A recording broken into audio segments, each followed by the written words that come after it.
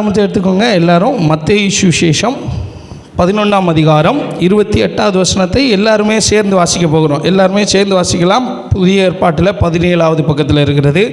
வருத்தப்பட்டு பாரம் சுமக்கிறவர்களே நீங்கள் எல்லாரும் நான் உங்களுக்கு, அதில் கடைசி வார்த்தை இப்படி சொல்லப்பட்டிருக்கிறது, நான் உங்களுக்கு இளைப்பாறுதல் தருவேன். I will give you rest. யாரெல்லாம் என்னிடத்தில் வருகிறார்களோ அவர்களுக்கு நான் இளைப்பாறுதல் தருவேன். ஒரு அல்லேலூயா சொல்லுங்களேன். நம்முடைய ஆண்டவர் இளைப்பாறுதல் தருகிற ஆண்டவர். இயேசு கிறிஸ்துவை பற்றி வேதம் சொல்லுகிறது, அவரிடத்தில் வருகிற யாரையும் புறம்பே தள்ளுவது இல்லை. அவர் என்ன சொல்கிறாரு? 11:28 வருத்தப்பட்டு பாரம் சுமக்கிறவர்களே நீங்கள் எல்லாரும் என்னிடத்தில் வாருங்கள். அவர் இப்படி சொல்லலை, நீங்கள் மோசே கிட்ட போங்க, ஆபிரகாம்கிட்ட போங்க, அல்லது பெரிய பெரிய பாஸ்டர் இருந்தால் அவர்கிட்ட போங்க அப்படின்னு இயேசு சொல்லவில்லை. இயேசு என்ன சொல்லுகிறார்? என்னிடத்தில் வாருங்கள், நான் உங்களுக்கு இளைப்பாறுதல் தருவேன். மனுஷன்கிட்ட போனால் இளைப்பாறுதல் கிடைக்காது. தேவனிடத்தில் நாம் வரும்போது, இயேசுவினிடத்தில் வரும்போது இயேசு நமக்கு இளைப்பாறுதலை தருகிறார். ஒரு இன்விடேஷன் ஆண்டவர் கொடுக்கிறார். என்ன இன்விடேஷன்? ஒரு 25 நிமிஷம் நீங்கள் ஆண்டவர் வசனத்தை கவனிக்கணும். 25 நிமிஷத்துலேருந்து 30 நிமிஷத்துக்குள்ளே கவனமாய் கவனிங்க. உங்கள் தியானத்தை எல்லாம் எனக்கு கடனாக கொடுத்துருங்க, நான் வசனத்தை உள்ளே போட்டுருவேன். அதுக்கடுத்து நீங்கள் நல்லா ஆகிடுவீங்க. சரி, கவனிங்க. ஆண்டவர் என்ன சொல்கிறாருன்னா, நீ மனுஷன்கிட்ட போனால் இளைப்பாறுதல் கிடைக்க போவது இல்லை, என்னிடத்தில் வரும்போது உனக்கு இளைப்பாறுதல். ஆமென் சொல்லுங்களேன். நம்முடைய ஆண்டவர் இளைப்பாறுதலை வேதாகமத்தில் வாக்கு பண்ணி இருக்கிறார் தேவ பிள்ளைகளுக்கு. தேவ பிள்ளைகள் ஒவ்வொருவருக்கும் இளைப்பாறுதலை வாக்கு பண்ணி இருக்கிறார். தேவன் 6 நாட்கள் வேலை செய்து 7வது நாளிலே தேவன் என்ன செய்தாராம்? ஓய்ந்திருந்தார், இளைப்பாறினார். அந்த இளைப்பாறின ஆண்டவர் ஒவ்வொரு மனுக்குலத்திற்கும் என்னது தேவைன்னு விரும்புகிறார் தெரியுமா? ஒரு ரெஸ்ட் தேவைன்னு சொல்லி விரும்புகிறார். ஆமென் சொல்லுங்களேன். ஆண்டவர் யாரை பார்த்து இங்கே சொல்கிறாரு? 28வது வசனத்தை கவனிங்கள். வருத்தப்பட்டு பாரம் சுமக்கிறவர்களே, யாரெல்லாம் பாரம் சுமந்து கொண்டு இருக்கிறோமோ அவர்களை பார்த்து ஆண்டவர் சொல்லுகிறார், நீங்கள் என்கிட்ட வாங்க, நான் உங்களுக்கு இளைப்பாறுதல் தருவேன். உங்கள் உள்ளத்தில் ஏதாயிலும் பாரம் இருக்கிறதா? வருத்தம் இருக்கிறதா? யாராயிலும் குறித்து உங்களுக்கு வருத்தம் இருக்கிறதா? அல்லது மனிதர்கள் செய்த கிரியைகளின் நிமித்தம் உங்களுக்கு வருத்தம் பாரம் இருக்கும் என்றால் உங்களுக்கு ஒரு மருந்து இருக்கிறது. நீங்கள் போக வேண்டிய ஒரு இடம் உண்டு, அது இயேசுவின் பாதம். ஆமென் சொல்லுங்களேன். அவர்களுக்கு ஆண்டவர் இளைப்பாறுதல் தருவார். சரி, ஏன் பாரம் வருது, ஏன் வருத்தம் வருகிறது அப்படின்னு சொன்னால் வேதாகமும் ஒரு சில காரணம் சொல்லுது. அதுக்கப்புறம் நம்ம இளைப்பாறுதலை பற்றி கவனிக்க போகிறோம். வாசிக்கலாம். புலம்பல் புஸ்தகம் 5ஆம் அதிகாரம் 5வது வசனத்தில் எரேமியா தீர்க்கன் இப்படி புலம்புகிறார். என்ன புலம்புகிறார்? எரேமியா புலம்பல் 5:5 வாசிங்க. பாரம் சுமந்து எங்கள் கழுத்து நோகிறது, நாங்கள் உழைக்கிறோம்.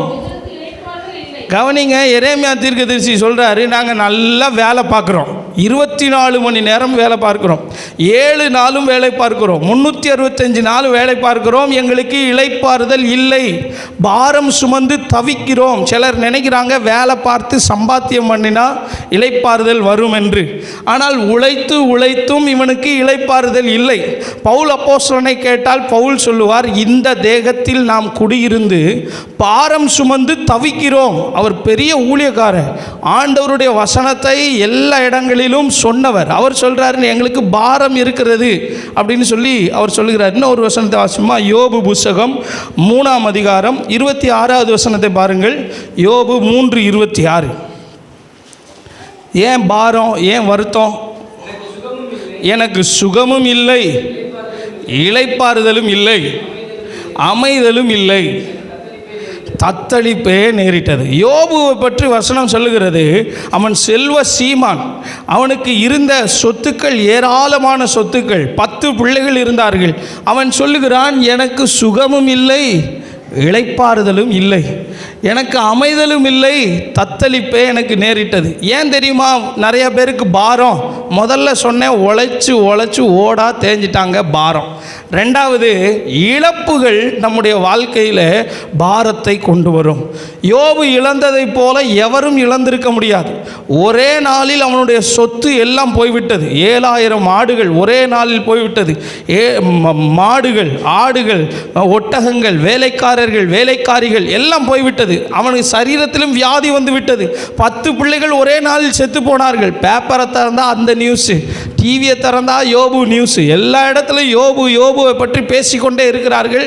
சரீரத்திலேயும் சுகம் போய்விட்டது. வசனம் சொல்லுது, அவனுடைய உச்சந்தலை துவக்கி உள்ளம் கால் வரைக்கும் கொடிய பருக்களினால் அவன் என்ன செய்தான்? வியாதிப்பட்டான், வாதிக்கப்பட்டான். வியாதி, இழப்பு, சுகத்தை இழந்துட்டீங்களா, உங்களுக்கு பாரம் வந்துடும். ஒருவேளை சொத்தை இழந்துருந்தீங்கன்னா பாரம் வரும். பணம் காசை எங்கேயாச்சும் போய் இழந்துட்டீங்க அப்படின்னா உங்களுக்கு பாரம் வரும்.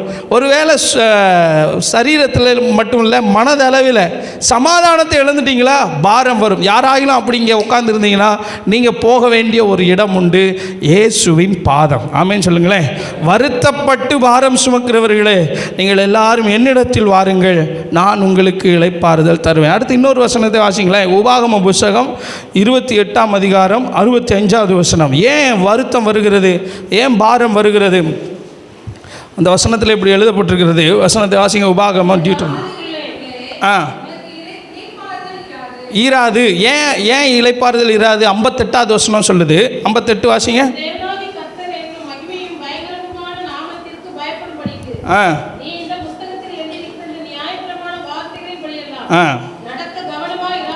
இராவிட்டால்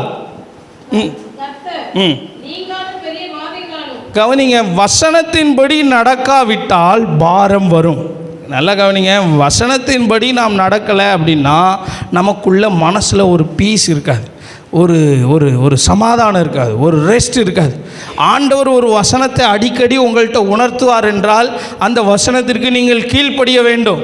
அந்த வசனத்தின்படி நீங்கள் நடக்காமல் இருந்தால் உங்களுக்கு இளைப்பாறுதல் இருக்காது. வேதம் சொல்லுகிறது, வேதத்தை கேளாதபடி தன் செவியை விளக்குறவனுடைய ஜெபம் எப்படிப்பட்டது? அருவருப்பானது. நீங்கள் என்னதான் ஜெபம் பண்ணி வசனத்தின்படி நடக்கலையா, உங்களுக்கு வருத்தம் வரும். ஒருவேளை வருத்தம் வந்ததற்குரிய காரணங்கள், நிறைய காரணங்கள் இருக்கிறது.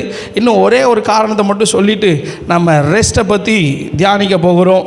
இன்னும் ஒரு வசனத்தை வாசிப்போமே. 2 கொரிந்தியரின் புஸ்தகம் 5ஆம் அதிகாரம் 7வது வசனம். ஏன் வருத்தம் வருது, ஏன் பாரம் வருகிறது? இந்த தேகத்தில் குடியிருக்கையில் அறிந்தும் எப்பொழுதும் தைரியமாக இருக்கிறோம்.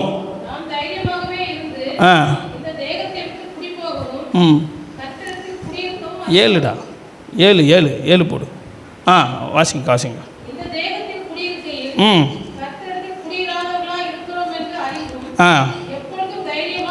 எப்பொழுதும் தைரியமாக இருக்கிறோம். நீங்கள் மேலே இருக்க 4வது வசனத்தை பார்த்தீங்கன்னா அவன் சொல்கிறான், நாங்கள் இந்த தேகத்தில் குடியிருந்து பாரம் சுமந்து தவிக்கிறோம். நல்ல ஊழியம் செய்கிற ஒரு ஊழியக்காரன் அவன் சொல்கிறான், எனக்கு பாரம் இருக்குது. இவன் மூலமாக கர்த்தர் அற்புதம் செஞ்சார். கவனிங்க, அடையாளங்களை செய்தார், நிறைய இடங்களில் திருச்சபைகளை ஸ்தாபித்தான். ஊழிய பாதையில் வருகிற துன்பம், ஊழிய பாதையில் வருகிற பாடு, நிந்தை, இதெல்லாம் என்ன கொண்டு வந்துடும் தெரியுமா? பாரத்தை கொண்டு வந்துடும். உங்களுக்கு தெரியுமா, பாஸ்டர்ஸ்குள்ளே ஊழியக்காரங்களுக்குள்ளே எவ்வளவு பாரம், எவ்வளவு நிந்தை இருக்குன்னு. வெளியே பார்த்தா ராஜா மாதிரி ட்ரெஸ் உடுத்தி, அவருக்கு என்னப்பா ராஜா மாதிரி இருக்கார். ராஜா தான். வேதாகமத்தில் ஒரு ராஜா இருந்தான் பழைய ஏற்பாட்டில். அவன் எப்படிப்பட்டவனாக இருந்தான்னா, ராஜவஸ்திரம் தரித்திருந்தான். தேசத்தில் பஞ்சம். தேசத்தில் எப்படி பஞ்சம்? 2 தாய்மார்கள் இப்படி பேசுகிறாங்க, இன்னைக்கு உன் பையனை சமைச்சு சாப்பிடுவோம், நாளைக்கு ஏன் பையன் அப்படின்னு சொல்கிறாங்க. இவ்வளவு பஞ்சம், கொடிய பஞ்சம். இந்த செய்தி ராஜாவுக்கு போகிறது. ராஜா ராஜவஸ்திரம் தரித்திருக்கிறான்னு சொல்லி நினச்சாங்க. ஆனால் அந்த ராஜ வஸ்திரத்தை கலட்டுனா அவன் உள்ளே என்ன போட்டிருந்தான் தெரியுமா? ரெட்டு உடை போட்டிருந்தான். ரெட்டு உடைனா சாக்கு வஸ்திரம். வெளியே பார்த்தா ராஜா மாதிரி ட்ரெஸ் போட்டு வருவோம் நாங்கள், என்ன நல்ல டிப்டாப்பாக வருவோம், டிப்னு வருவோம். ஆனால் உள்ள ஊழிய பாதையில் சந்திக்கிற சவால்கள், நிந்தனைகள், சில நபர்களின் பேச்சுக்கள் நமக்கு என்னதை கொண்டு வரும் அப்படின்னா வருத்தத்தையும் பாரத்தையும் கொண்டு வரும். சரி, நீங்கள் யாரானாலும் இருக்கலாம். ஒருவேளை கேர்சல் நடத்தி, ஊழியம் செஞ்சு, சண்டே ஸ்கூல் நடத்தி உங்களுக்குள்ள பாரம் வந்திருக்கலாம், கவலைகள் வந்திருக்கலாம், நிந்தைகள் வந்திருக்கலாம். கவலைப்படாதீங்க, நீங்களும் நானும் போய் இளைப்பாற ஒரு இடம் உண்டு. ஆமென் சொல்லுங்களேன். அது என்ன தெரியுமா? இயேசுவின் பாதம். ஆமென் சொல்லுங்கள். சரி, யாருக்கு ஆண்டவர் இளைப்பாறுதலை தருகிறார்? 3 குறிப்புகளை சொல்லுகிறேன், வேகமாக நோட் பண்ணிக்கோங்க. 11:28 மத்தேயு சுவிசேஷம் 11:28 இப்படி எழுதப்பட்டிருக்கிறது, வருத்தப்பட்டு பாரம் சுமக்கிறவர்களே நீங்கள் எல்லாரும் என்னிடத்தில் வாருங்கள், நான் உங்களுக்கு இளைப்பாறுதல். இயேசுவினிடத்தில் வருகிறவர்களுக்கு இளைப்பாறுதல். முதல் குறிப்பு, என்னுடைய பிரசங்கத்தின் முதல் குறிப்பு, பாரம் நிறைய காரணத்தினாலே வரலாம், ஆனால் அந்த பாரம் நீங்க வேண்டும். மனசில், உங்கள் இருதயத்தில், உங்கள் மூளையில் இருக்கிற பாரம் நீங்க வேண்டும் என்று சொன்னால் இயேசுவினிடத்தில் போக வேண்டும். ஆமென் சொல்லுங்களேன். இயேசுவினிடத்தில் வராதவர்களுக்கு இளைப்பாறுதல் கிடைக்காது. தேவனை விட்டு தூரம் போகிறவர்களுக்கு சமாதானம் இல்லை என்று வேதம் சொல்லுகிறது. 2 பேர் இருந்தாங்க ஒரு வீட்டில். இயேசு கிறிஸ்து ஒரு கதை சொன்னார். ஒரு அப்பாவுக்கு 2 பசங்க இருந்தாங்க, மூத்தவன் இளையவன். இளையவன் அப்பாவை பார்த்து சொன்னான், அப்பா, உம்முடைய ஆஸ்திகளில் எனக்கு வரும் பங்கை இப்போவே பிடிச்சி கொடுங்க. நீங்கள் செத்ததுக்கப்புறம் எப்படியோ வரப்போகுது, இப்போவே எனக்கு பங்கை பிரி, பாகத்தை பிரி அப்படின்னு சொல்லி காசெல்லாம் வாங்கிட்டு போய் தூர தேசத்தில் பிரயாணம் பண்ணி அங்கே செலவழித்து அந்த ஊரில் பஞ்சம் வந்து இவனுக்கு சாப்பிட வழி இல்லாமல் இவன் போய் பன்றிகளோடு கூட பன்றி மேய்த்து கொண்டிருக்கிறான். பன்றிகளின் சாப்பாடை சாப்பிட அவனுக்கு ஆசையாக இருந்தான். அவனுக்குள்ளே ஒரு புத்தி தெளிந்தது. என்ன புத்தி தெளிந்தது? என்னுடைய அப்பா வீட்டில் எத்தனையோ வேலைக்காரர்களுக்கு பூர்த்தியான சாப்பாடு இருக்கிறது, நல்ல சாப்பாடு எங்கள் அப்பா கொடுக்குறாரு. வேலைக்காரங்களுக்கு யாருக்கு கொடுக்குறாரு? வேலைக்காரங்க. வீட்டில் இருக்க பிள்ளைக்கு கொடுக்குறத விட அப்பா யாருக்கு கொடுக்குறாரு? வேலைக்காரங்களுக்கே கொடுக்குறாரு. எங்கள் அப்பா பெரிய ஐஸ்வர்யவான். நான் எங்கள் அப்பாட்ட போனேன்னா எனக்கு ரெஸ்ட்டு கிடைக்கும். ஆமென் சொல்லுங்களேன். அப்பாவினிடத்தில் திரும்பி வந்தான். அப்பா எப்படிப்பட்ட அப்பா தெரியுமா? அவன் வருவதை தூரத்திலே பார்த்தாராம். வசனம் வாசிங்க, லூக்கா சுவிசேஷம் 15ஆம் அதிகாரத்தை எடுத்துக்கொள்ளுங்க. இயேசுவினிடத்தில் நீங்கள் ஒரு ஸ்டெப் வைக்கும்போது அவர் எப்படி வருகிறார்? லூக்கா சுவிசேஷம் 15ஆம் அதிகாரம் அந்த வசனத்தை வாசிங்களேன். எழுந்து புறப்பட்டு 20 எழுந்து தன் தகப்பனிடத்தில் வந்தான். கவனிங்க, அவன் கொஞ்சம் ப்ரிப்பேர் பண்ணிட்டு வரான். மனசில் என்ன ப்ரிப்பேர் பண்ணிட்டு வரான் தெரியுமா? நான் அப்பாட்ட போய் இப்படி சொல்லுவேன், என்ன கவனிங்க. எப்படி ப்ரிப்பேர் பண்ண? அப்பா, நான் உங்களுக்கு விரோதமாக, பரத்துக்கு விரோதமாக பாவம் செய்தேன். ஒருவேளை உங்கள் அப்பா கிட்ட சொத்தை வாங்கிட்டு போய் நீங்கள் அதை ஊதாரித்தனமாக செலவு பண்ணிவிட்டு காசெல்லாம் காலியாக்கிட்டு எம்டியாக வந்தால் உங்கள் அப்பா எப்படி வருவார்? எங்கள் அப்பா கம்பு எடுத்துகிட்டு வருவார், இல்லை பெல்ட் எடுத்துகிட்டு வருவார். நீ எனக்கு பிள்ளையே கிடையாது, நான் உனக்கு அப்பா கிடையாது அப்படின்னு சொல்லி தலை முழுகிடுவார். ஆனால் இந்த அப்பா எப்படிப்பட்ட அப்பா தெரியுமா? இவன் ப்ரிப்பேர் பண்ணிட்டு வரான். மனசில் அவன் தலை குனிஞ்சிக்கிட்டே வந்திருப்பான். கண்டிப்பாக தலை நிமிர்ந்து நடந்திருக்க மாட்டான். தலை குனிஞ்சிக்கிட்டே, நான் இதை போய் அப்பாட்ட சொல்லுவேன், அப்பா சாரி, என்னை மன்னிச்சிருங்க, நான் உங்களுக்கு முன்னாடி பாவம் செஞ்சுட்டேன், பரலோகத்துக்கு முன்னாடி பாவம் செஞ்சுட்டேன், என்னை மன்னிச்சிருங்க அப்படின்னு சொல்லிக்கிட்டே வர்றான். வரும்போது அப்பா தூரத்திலே பார்த்தார். அவனை கண்டு மனதுருகி ஓடி அவன் கழுத்தை கட்டி கொண்டு அவனை முத்தம் செய்தான். இயேசு எப்படிப்பட்டவர் தெரியுமா? உங்களை நீங்கள் தூரத்தில், ஏசப்பா நான் உங்கள் பக்கத்தில் வரணும்னு விரும்புகிறேன் அப்படி நீங்கள் மனசில் நினைக்கும் போதே அவர் உங்கள் பக்கத்தில் வந்துடுவார். ஆமென் சொல்லுங்களேன். அவன் நடந்து தான் வர்றான் தூரத்தில். அப்பா ஓடி வருகிறார். எங்கேயாச்சும் எந்த அப்பாவாச்சும் ஓடி பார்த்துருக்குறீங்களா? ஐயா நம்மக்கிட்ட இருக்கிறாங்க, வயசான ஐயா, இவங்க தான் நம்ம சர்ச்சில். இதை போல் வயது மதிக்கத்தக்க ஒரு தகப்பன் இவர் ஓடுனா சமுதாயத்தில் என்ன நினைப்பாங்க? என்னடா இவ்வளோ வயசானவர் ஓடுறாரு அப்படின்னு நினைப்பாங்கல்ல. ஏன் தெரியுமா ஓடுறாரு? பிள்ளை மேலே அவ்வளவு பைத்தியமாக இருக்கிறார். ஆமென் சொல்லுங்களேன். இயேசுவின் பிள்ளைகள் நீங்கள் இயேசுவை விட்டு எங்கெங்கேயோ ஓடிக்கொண்டு இருக்கிறீங்க. உங்களுக்கு அதனால தான் இளைப்பாறுதல் இல்லை. இயேசு சொல்லுகிறார், என்னிடத்திற்கு வாருங்கள், நான் உங்களுக்கு என்ன தருவேன்? இளைப்பாறுதல் தருவேன். அவர் ஓடி வந்து கழுத்தை கட்டி கொண்டு அவனை முத்தம் செய்தார். எத்தனை முத்தம் கொடுத்தாருன்னு தெரியாது, ஆனால் ஹிந்தி பைபிளில் சொல்லியிருக்கிற பஹாத் சும்மா தியா அப்படின்னு நிறையா முத்தம் கொடுத்தார் அப்படி சொல்லி இப்போ வசனம் சொல்லுங்க. எத்தனை முத்தம் கொடுத்தாருன்னு தெரியல. உடனே அவன் சொல்கிறான், 21ஆம் வசனத்தை பாருங்கள். குமாரன் தகப்பனை நோக்கி, தகப்பனே, பரத்துக்கு விரோதமாகவும் உமக்கு முன்பாகவும் பாவம் செய்தேன், இனிமே நான் உங்கள் பிள்ளை இல்லை, அது அதுக்கு சொல்கிறதற்கு எனக்கு எந்த யோகிதையும் கிடையாது அப்படின்னு சொல்லுகிறான். உடனே அப்பா என்ன சொல்கிறார் தெரியுமா?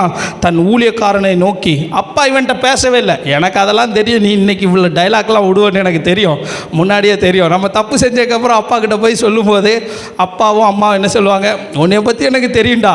ஆனால் அப்பா இவன்கிட்ட பேசவே இல்லை. 22வது வசனம் சொல்லுகிறது, ஊழியக்காரன்ட்ட சொல்ல, நீ உயர்ந்த வஸ்திரத்தை கொண்டு வந்து இவனுக்கு உடுத்தி இவன் கைக்கு மோதிரத்தையும் கால்களுக்கு பாதரட்சியும் போடு. அடுத்து சொல்கிறாரு, கொளுத்த கன்றை அடியுங்கள், புசித்து குடித்து சந்தோஷமாக இருப்போம். பாருங்கள், இயேசுவினிடத்தில் திரும்பி வரும்போது இயேசு நமக்கு சந்தோஷம் கொடுக்குறார். ஆமேன்னு சொல்லுங்களேன். அவன் எந்த ட்ரெஸ்ஸு போட்டிருந்தான்னு தெரியல, பண்ணி மேய்க்கிறவன்ட்ட என்ன ட்ரெஸ் இருந்திருக்கும்? கண்டிப்பாக நாற்றம் தான் அடிச்சிருக்கோம். அவன் தூரமாக வரும்போதே நீ எவ்வளவு அழுக்காக வந்தாலும் சரி, என் தேவன் எப்படிப்பட்டவர் என்றால் ஓடி வந்து கழுத்தை கட்டி முத்தம் கொடுக்குற ஆண்டவர். ஆமேன்னு சொல்லுங்களேன். தேவனை சில பாஸ்டர்ஸ் எப்படி காட்டிட்டாங்க அப்படின்னா, அவர் எந்நேரம் கம்பு வச்சு அடிக்கிறவர், அவர் தண்டனை கொடுக்குறவர் அவரே காட்டிட்டாங்க. அப்படி இல்லை, தேவன் மிகவும் அன்பாகவே இருக்கிறார். ஆமென் சொல்லுங்களேன். God is love, love is not God. நிறைய பேர் என்ன சொல்கிறாங்க, அன்பே கடவுள். அன்பு கடவுள் கிடையாது, தேவன் தான் அன்பாக இருக்கிறார். ஆமென் சொல்லுங்களேன்.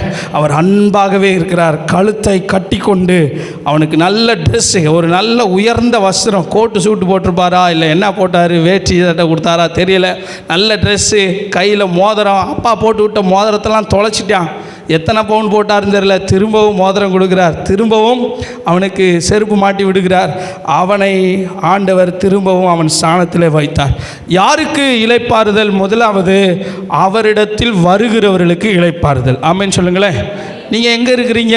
உங்கள் விசுவாச பாதையில் இயேசு பக்கத்தில் இருக்கிறீங்களா, அல்லது இயேசுவை விட்டு கொஞ்சம் தூரம் போயிட்டீங்களா? தூர தேசத்தில் போய் பிஸ்னஸ் பண்ண போயிட்டீங்களா, அல்லது தூர தேசத்தில் கொஞ்சம் வேலையில் பிஸி ஆகிட்டீங்களா? இப்போ உங்களுக்கு ஒரு கால், உங்களுக்கு ஒரு இன்விடேஷன் ஆண்டவரிடத்திலேருந்து, என்னிடத்தில் வாருங்கள். ஏன் தெரியுமா பாரம் உங்களுக்கு? நீங்கள் ஆண்டவரை விட்டு கொஞ்சம் தூரமாக போயிட்டீங்க, இப்போ பக்கத்தில் வாருங்கள், உங்களுக்கு பாரமே இருக்காது. ஆமென் சொல்லுங்களேன். அவன் ஒரு வேளை சாப்பாட்டுக்கு கூட பாரம், அடுத்த வேளை சாப்பாட்டுக்கு என்ன செய்ய போகிறேன் தெரியல, பன்னி சாப்பாடை சாப்பிட்ருவோமா, பன்னிக்கு இன்றைக்கி வைக்க வேண்டாம். பன்னி சாப்பாடு கண்டிப்பாக அந்த தவிடு கண்டிப்பாக நல்ல தவிடாக இருந்திருக்காது. ஒருவேளை சாப்பாட்டுக்கு கூட பாரம் இருக்கிறதற்கு காரணம் என்ன தெரியுமா? குமாரனே, நீ தகப்பனை விட்டு தூரம் போய் விட்டாய். ஆண்டவர் இப்பொழுது உங்களை அழைக்கிறார், என்னிடத்தில் வாருங்கள், நான் உனக்கு இளைப்பாறுதல் தருவேன். ரெண்டாவது யாருக்கு இளைப்பாறுதல்? அந்த வசனத்தை வாசிக்கலாம். மத்தேயு சுவிசேஷம் 11ஆம் அதிகாரம் 29வது வசனத்தை வாசிங்களேன். மத்தேயு 11:29.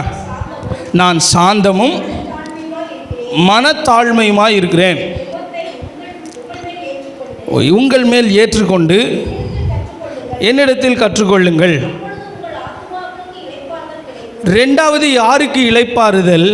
அவருடைய நுகத்தை ஏற்றுக்கொள்ளுகிறவர்களுக்கு இளைப்பாறுதல். கவனிங்க, நுகம்னா என்னன்னு சொல்லுகிறேன், கவனிங்களேன். மாட்டு வண்டி, அந்த காலத்தில் மாட்டு வண்டிலாம் உண்டு இல்லை? மாட்டு வண்டி இருக்கா? இப்போ சைக்கிளே பார்க்குறதுக்கு கடினம், நீங்கள் வேறு மாட்டு வண்டின்றீங்களே. கிராமத்திலே இப்போ மாட்டு வண்டி கிடையாது நிறையா இடத்துல. ஒரு மாட்டு வண்டி, ரெண்டு மாடுக்கு நடுவில் கழுத்தில் ஒரு பெரிய பீம் வச்சுருப்பாங்க. பார்த்துருக்கீங்களா இல்லையா? எங்கேயோ நான் ஃபாரினில் பேசுகிற மாதிரி ஏதோ புதுசாக பேசுகிறாரு அப்படின்ட்டு இருக்கிறீங்களே. சரி கவனிங்க, 2 மாடுக்கு நடுவில் கழுத்தில் பீம் வச்சுருப்பாங்க, ஒரு மரத்தால் ஆன பீம் வச்சுருப்பாங்க. இது இப்போ ஆண்டவர் சொல்கிறாரு, என் நுகத்தை உங்கள் மேல் ஏற்றுக்கொள்ளுங்கள். அப்படின்னா யூதர்கள் ஒரு புது மாடை விவசாயத்துக்கு பழக்கிறாங்கன்னு வச்சுக்கோங்களேன். கவனிங்களேன், ஒரு புது மாடை விவசாயத்துக்கு பழக்கிறாங்கன்னா பழைய ஒரு மாடு கூட சேர்த்து கட்டி விடுவாங்களாம். ஏற்கனவே எக்ஸ்பர்ட்டான ஒரு மாட்டு கூட அதை கட்டி விடுவாங்க. ஏன்னா அது இதுக்கு சொல்லிக் கொடுக்கும், இப்படி உழுகணும், இப்படி போகணும். அது ஒரு சைடாக இழுத்துக்கிட்டு போகும் புது மாடு, ஏன்னா புதுசாக வரும்போது. அப்போது இயேசு சொல்கிறாரு, என் நுகத்தை உன் மேலே வைத்துக்கொள், உனக்கு அப்பொழுது உன் ஆத்துமாவுக்கு இளைப்பாறுதல் கிடைக்கும். அப்படி தானே வசனம் சொல்லுது. அப்படின்னா என்ன அர்த்தம்னா, நீ புதுசு, நீ என்னது புதுசு, ஃப்ரெஷ் பீஸு, நான் உனக்கு கற்றுக் கொடுக்குறேன். ஆமேன்னு சொல்லுங்களேன். ஆண்டவர் என்ன சொல்கிறாரு, என் நுகத்தை உன் மேலே வச்சுக்கோ அப்படின்னு சொன்னால், நான் ஏற்கனவே சோதனைகளை அனுபவித்திருக்கிறேன். அவர் சோதிக்கப்படுகிறவர்களுக்கு உதவி செய்ய வல்லவராக இருக்கிறார். அந்த வசனத்தை வாசிப்போமா? எபிரேயர் புஸ்தகம் 2ஆம் அதிகாரத்தை எடுத்துக்கொள்ளுங்க. எபிரேயர் புஸ்தகம் 2ஆம் அதிகாரம் நான் சொல்கிற வார்த்தைகளை மட்டும் நீங்கள் வாசிக்க உங்களை அன்பாக உற்சாகப்படுத்துகிறேன். எபிரேயர் புஸ்தகம் 2ஆம் அதிகாரம் 18வது வசனத்தை வாசியுங்களேன். ஆதலால் அவர் தாமே சோதிக்கப்பட்டு பாடுபட்டதினாலே சோதிக்கப்படுகிறவர்களுக்கு, பாஸ்டர் எங்களுக்கு பயங்கர சோதனை, என் சோதனை இருக்குது, சோதனை டெய்லி வேதனை, சோதனையால் எனக்கு வேதனை, புலம்புறோம்ல, பாரத்துக்கு மேலே பாரம். இயேசு எப்படிப்பட்டவர் என்றால் அவர் ஏற்கனவே சோதிக்கப்பட்டிருக்கிறார். எப்படி சோதிக்கப்பட்டிருக்கிறார்? நீங்கள் தனிமையாக இருக்கிறீங்களா? இயேசுவும் தனிமையாக்கப்பட்டார். 3.5 வருஷம் அவர் சோறு போட்டு வளர்த்தார். 12 பேருக்கு விட்டு ஓயிட்டானுவ. இயேசு சொன்ன இந்த புடுறா அப்படின்னாங்க. இயேசுவை புடிடா அப்படின்னு சொன்னவொன்னே ஒருத்தன் ட்ரெஸ் இல்லாமல் ஓட்டான். வசனம் சொல்லுது, அவன் ட்ரெஸ் எல்லாம் விட்டுட்டு ராத்திரியில் நிர்வாணமாக ஓடிட்டான். 3.5 வருஷம் இவர் கூட இருந்த ஆட்கள் விட்டு விட்டார்கள். யாருக்கெல்லாம் இயேசு அற்புதம் செய்தாரோ அவர்களும் விட்டு விட்டார்கள். தேவன் பிதா இவரை கைவிடவே இல்லை, ஆனால் அவரும் அன்னைக்கு விட்டுட்டார். நீங்கள் தனிமையாக இருக்கிறீங்கன்னு கவலைப்படுறீங்களா?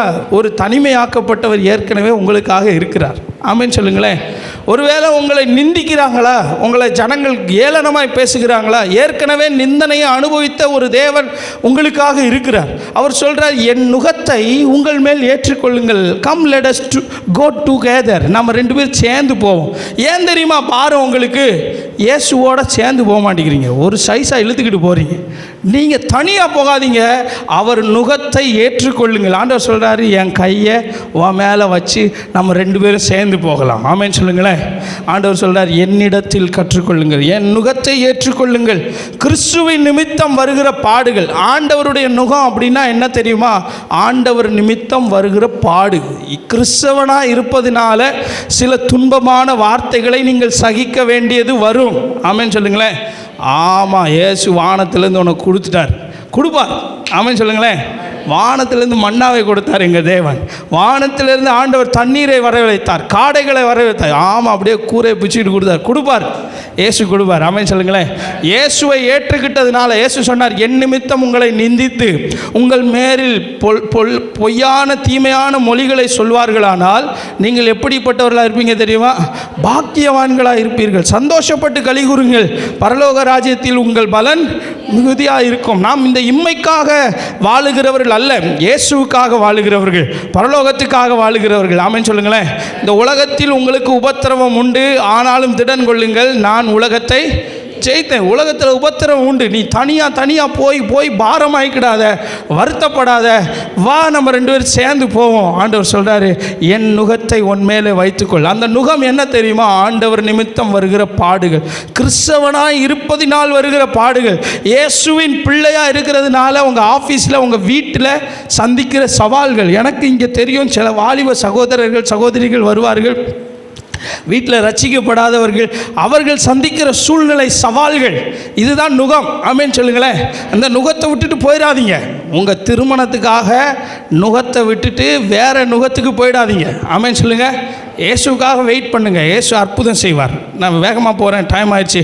3வது, யாருக்கு ஆண்டவர் இளைப்பாறுதலை தருகிறார்? அந்த வசனம் சொல்லுகிறது, என்னிடத்தில் கற்றுக்கொள்ளுங்கள். ஆமென் சொல்லுங்களேன்.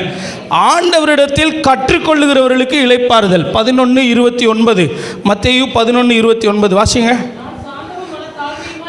நான் சாந்தமும் மனத்தாழ்மையுமாய் இருக்கிறேன், என் நுகத்தை உன்மேலே ஏற்றுக்கொண்டு என்னிடத்தில் கற்றுக்கொள்ளுங்கள். கவனிங்க, நான் இப்போ ஏற்கனவே சொன்ன மாதிரி, ஏற்கனவே ஒரு பழைய மாடு இருக்குது, இப்போ புது மாடு.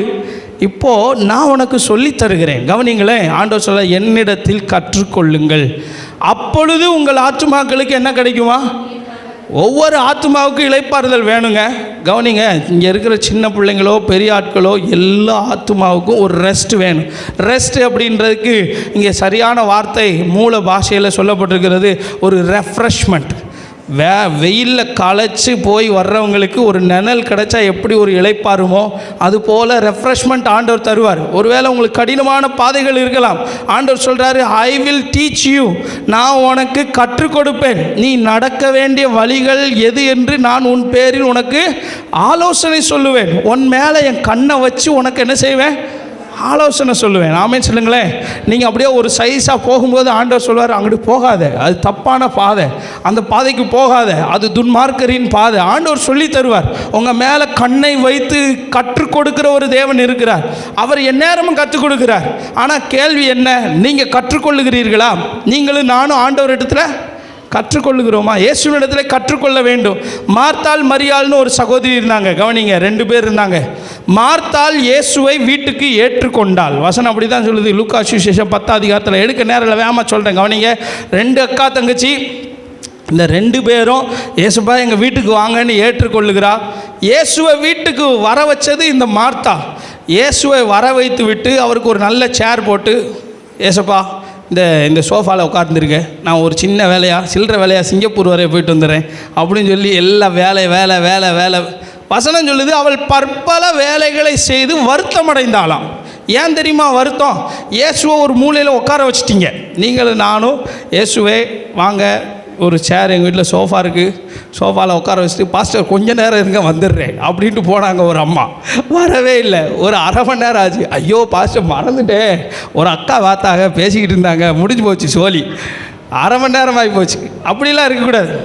ஆனால் மரியாள் என்ன செய்கிறாள் தெரியுமா? வசனம் சொல்லுகிறது, இயேசுவின் பாதத்தருகே உட்கார்ந்து அவருடைய வசனத்தை கேட்டு கொண்டிருந்தாள். நீங்கள் யாராக இருக்கிறீங்க? பற்பல வேலைகளை செய்து வருத்தம் அடைகிறீர்களா? இளைப்பாறுதல் இல்லாமல் இருக்கிறதா? இயேசுவினிடத்தில் கற்றுக்கொள்ளுங்கள். கடைசியாக உங்கள் பைபிளை எப்போ திறந்தீங்க? உங்கள் பைபிளை திறந்து நீங்கள் இயேசுவோடு கூட பேச வேண்டும். இயேசு உங்களோடு கூட பேசுவார். நான் உங்களுக்கு 1ஆம் தேதி நைட்டு ப்ரேயரில் கொடுத்தேன்ல, ஏன்னா ஒரு வருஷத்தில் வேதாகமத்தை முடிக்கிறதுக்கு ஒரு சில கைடெல்லாம் கொடுத்தோம். அதெல்லாம் யூஸ் பண்ணுறீங்களா? யூஸ் பண்ணுங்க. நம்ம தர்ம சங்கடத்துக்குள்ளாக்க விரும்பலை. நீங்கள் யூஸ் பண்ணுங்கள், பைபிள் படிங்க.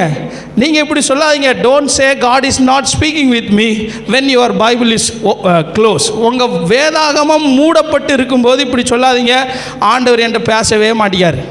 உங்கள் வேதத்தை திறந்தால் தான் ஆண்டவர் பேசுவார். ஆமென் சொல்லுங்களேன். நீங்கள் வேதாகமத்தை திறந்து இயேசுவின் பாதத்தில் உட்காருங்கள். கர்த்தர் உங்களுக்கு கற்றுக் கொடுப்பார். 3 பேருக்கு இளைப்பாறுதல் உண்டு. முதல் குறிப்பு சொன்னேன், அவரிடத்தில் வருகிறவர்களுக்கு இளைப்பாறுதல். 2வது, அவருடைய நுகத்தை ஏற்றுக்கொள்ளுகிறவர்களுக்கு இளைப்பாறுதல். 3வது, அவரிடத்தில் கற்றுக்கொள்ளுகிறவருக்கு. அவர் தான் பெரிய டீச்சர். ஆமென் சொல்லுங்களேன். டீச்சருக்கெல்லாம் டீச்சர். இங்கே சில டீச்சர் இருக்கிறீங்க. நான் ஒரு பைபிள் டீச்சர். நான் சொல்கிறேன், எனக்கு டீச்சர் அவர் தான். இதெல்லாம் ஆண்டவர் தான் கற்றுக் கொடுக்குறார். வசனத்தை இப்படிலாம் பிரசங்கம் பண்ணு அப்படின்னு சொல்லி இயேசு உங்களுக்கு கற்றுக் கொடுப்பார். உங்கள் மேலே கவனமாக இருப்பார். நீங்கள் போகிற பாதையில் எடுக்க வேண்டிய சில டிசிஷன், கடினமான தீர்மானம் எடுக்கும்போது ஆண்டவர் சொல்லி தருவார். இப்படி செய். அது பாதை கடினமாக இருந்தாலும் ஆண்டவர் உங்களோடு கூட இருப்பார். நம்ம எல்லாம் எழுந்து நிற்போம், ஜெபம் பண்ணுவோம். டைம் அப். நம்ம ஜெபம் பண்ணுவோம் எல்லோரும் சேர்ந்து. ஹல்லேலூயா. ஆண்டவரே, எங்களுக்குள்ளே இருக்கிற பாரங்கள், வருத்தங்கள் எல்லாம் கண்களை மூடி, நீங்கள் எந்த சூழ்நிலையில் இங்கே வந்திருக்கிறீர்கள் என்று ஆண்டவர் தான் பார்க்கிறார். ஒருவேளை இழப்புகள் இருக்கலாம், உழைத்து ஆண்டவரே இளைப்பாறுதல் இல்லை என்கிற சூழ்நிலை இருக்கலாம். எல்லாம் கண்களை மூடி ஜெபம் பண்ணுங்களேன். வியாதியினால், நீங்கள் இழந்த சொத்துக்களினால் புலம்பை கொண்டிருக்கலாம், வருத்தம் அடைந்து கொண்டிருக்கலாம். ஆண்டவரே இளைப்பாறுதலை தாங்க ஆண்டவரே சொல்லி ஜெபம் பண்ணுவோம். நான் உங்களுக்கு இளைப்பாறுதல் தருவேன். இந்த மாதம் ஆண்டவர் நமக்கு வாக்குத்தத்தம் பண்ணியிருக்கிறார். I will give you rest. Come unto me, I will give you rest. என்னிடத்தில் வா, நான் உனக்கு இளைப்பாறுதலை தருவேன். அவரிடத்தில் வருகிறவர்களை அவர் புறம்பே தள்ளுவதே இல்லை, அவர்களை வெறுத்து ஒதுக்குவதே இல்லை. இந்த தேவன் நல்ல ஆண்டவர். ஹல்லேலூயா, ஹல்லேலூயா.